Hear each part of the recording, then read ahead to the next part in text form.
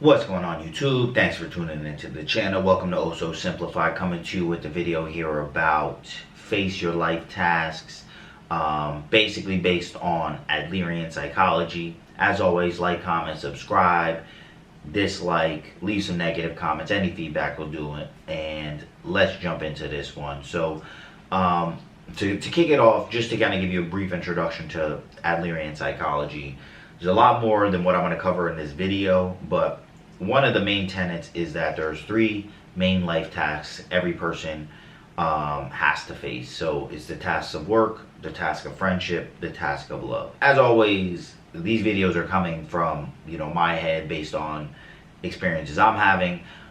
I'm really mostly focused on the first one, the task of work, but I will give the full breakdown just so if anybody's not familiar, if it's something you want to look into deeper. I think the other pieces obviously have a lot of worth and meaning as well, but I think the task of work, especially as a man in this society, is really kind of like the main thing that you need to get set, that you can build the other things in terms of just one, living a satisfactory lifestyle from just general enjoyment and livelihood, but then also to personal satisfaction and contentness. So jumping into this one, the task of work.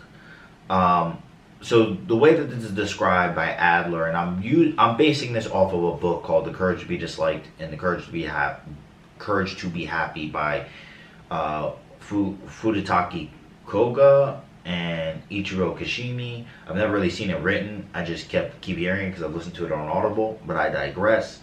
But the way that the task of work is described is that since humans are inferior physically, we're not super fast, we're not super strong, we can't fly, we can't poison things.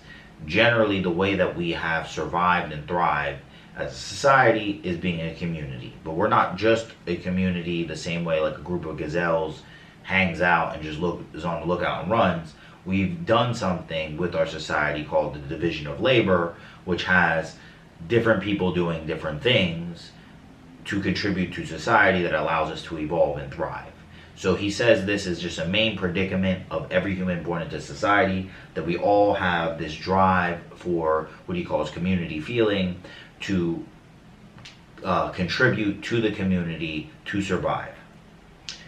With that being said, back in the day, things were a lot more defined. What your occupation was number one, who you were. So things like, when you see people with Banks as a last name, blacksmith, locksmith, a lot of those are, last names that go back to that idea, as well as different caste systems in different countries like India or Japan, and plenty of other places around the world where different occupations held different social hierarchy. So who you were was attributed to the work you did. So this is very deep in terms of the psychology of all civilizations, which is also an indicator that it is probably something that's somewhat genetic in terms of a desire of how we want to make things happen. So with that, the division of labor, the predicament of work for every human, you have to work, and you have to be able to, one, interact with the people that make that work happen, whether that's having to go out and have an interview and have that conversation, whether it's you're starting your own business and you have to interact with society trying to make videos and create products to make money, whatever may have you, you have to interact with people with that task of work. Now, the part that I'm going to add on, which all of this is coming through my perspective, is that especially in this day and age, we have the choice. So you really have to break down, how do you want to spend your time? Because work is going to be a lot of time, and a time where you spend probably the majority of your waking life through most of your active years. And with that being said, what do you want to do? Now, all work is work, and all work is going to be, I don't want to say not fun, but not fun. So what type of problems do you have? What struggles do you have? What do you want to be frustrated about?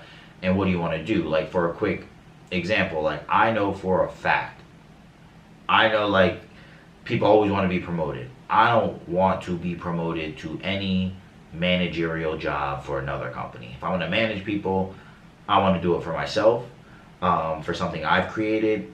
At this point in my life, I have no desire to do that because I know what type of problems I want to have and what type of life I want to live. Because work also extends beyond just the work that we think of that has to be out in society all the way. Like, for example, if you are able to, do like mow your lawn and do things like that and do those types of tasks, or go do hobbies that interact with other people, because mowing your lawn might not really interact with a lot of other people, but other tasks that, for example, I do fighting. Training people, that is a task of work because I am interacting with other people and I am contributing to a community that is getting a benefit for it. But I digress. The main idea is, how do you want to spend your time? And I am talking about work that really does produce a living, that you want to find a way to spend time doing what you want to do as your work. And I really implore people to try to fight for it, because it's not something that other people are going to be doing. Most people are just going to be accepting the scraps that are handed out for them.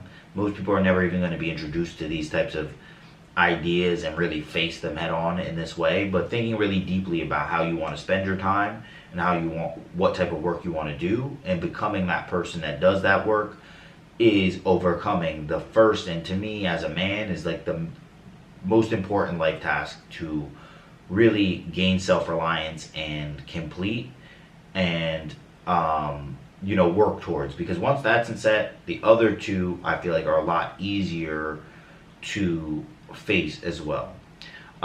So that's the task of work. The next one, just to break down all of it, even though the work one's really where this idea of the video came from, is the task of friendship.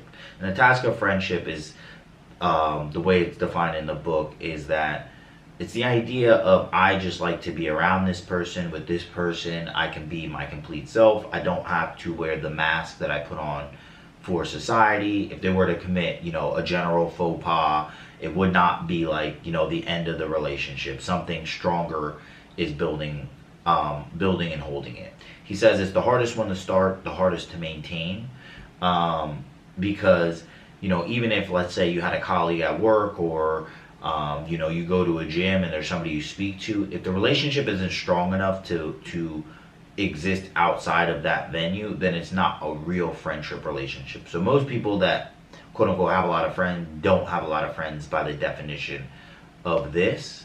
And also, the amount of friends does not really exemplify the depth of a relationship, which is more of what this book talks about in terms of the life tasks of the human.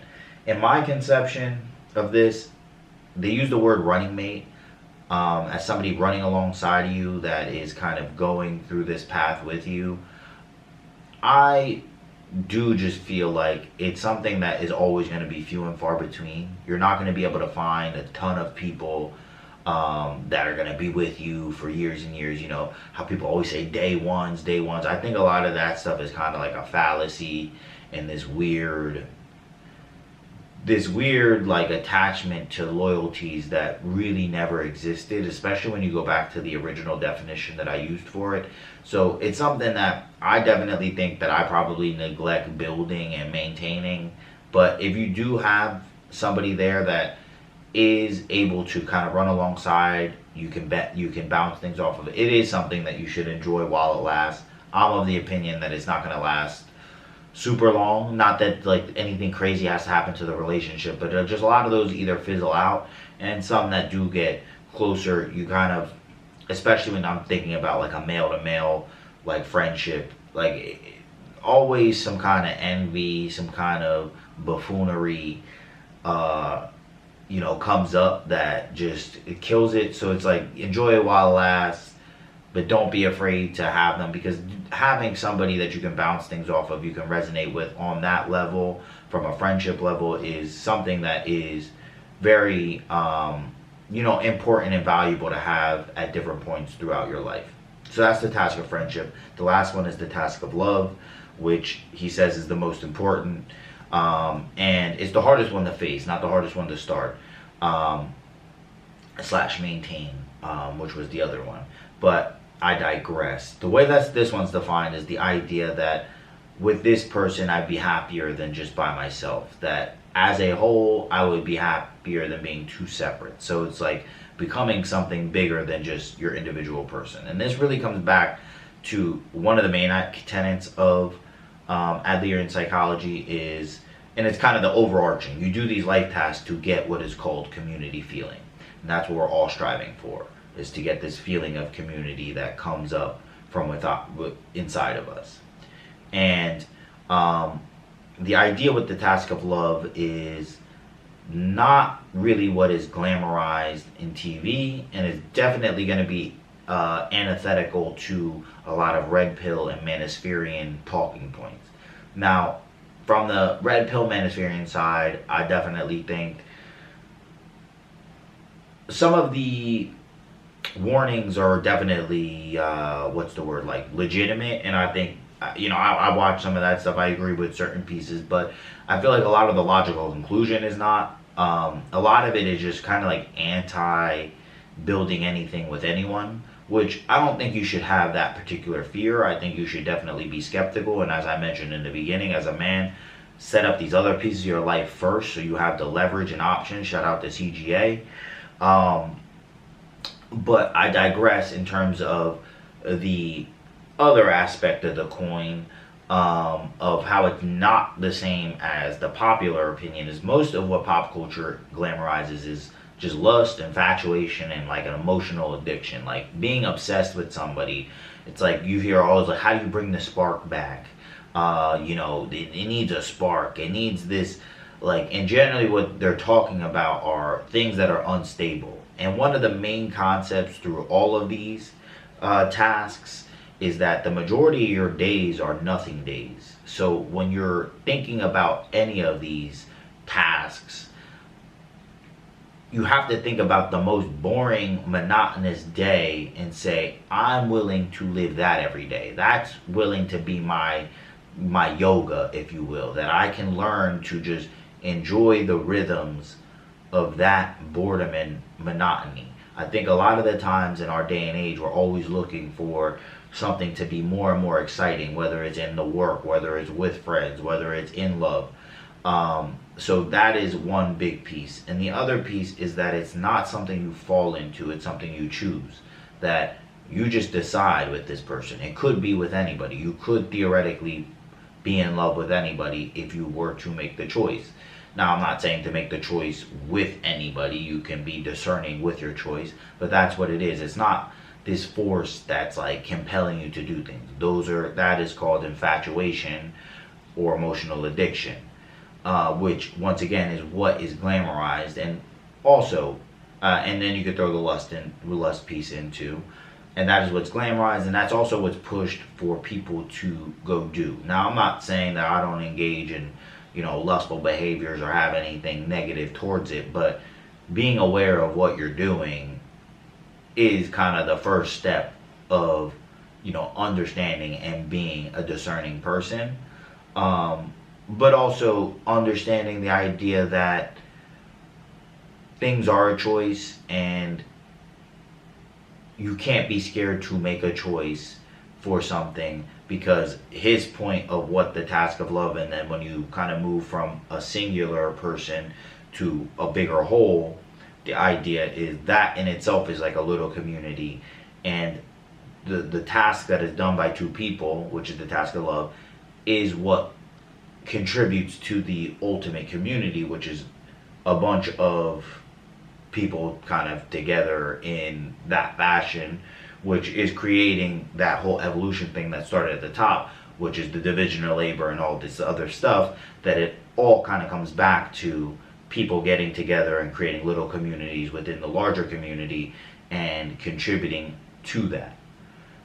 And I mean, if you are a human, I don't know how you can't think that ultimately that should be like the way things go. I know certain people have arguments to that, like, I don't want to do that, I don't care, we don't need more humans. But I do think at the end of the day, for myself, I mean, I definitely, and I don't think it needs to necessarily, just once again speaking from a man's opinion, doesn't necessarily have to be what you built with two people. It could be three. You could add another one in there, or more.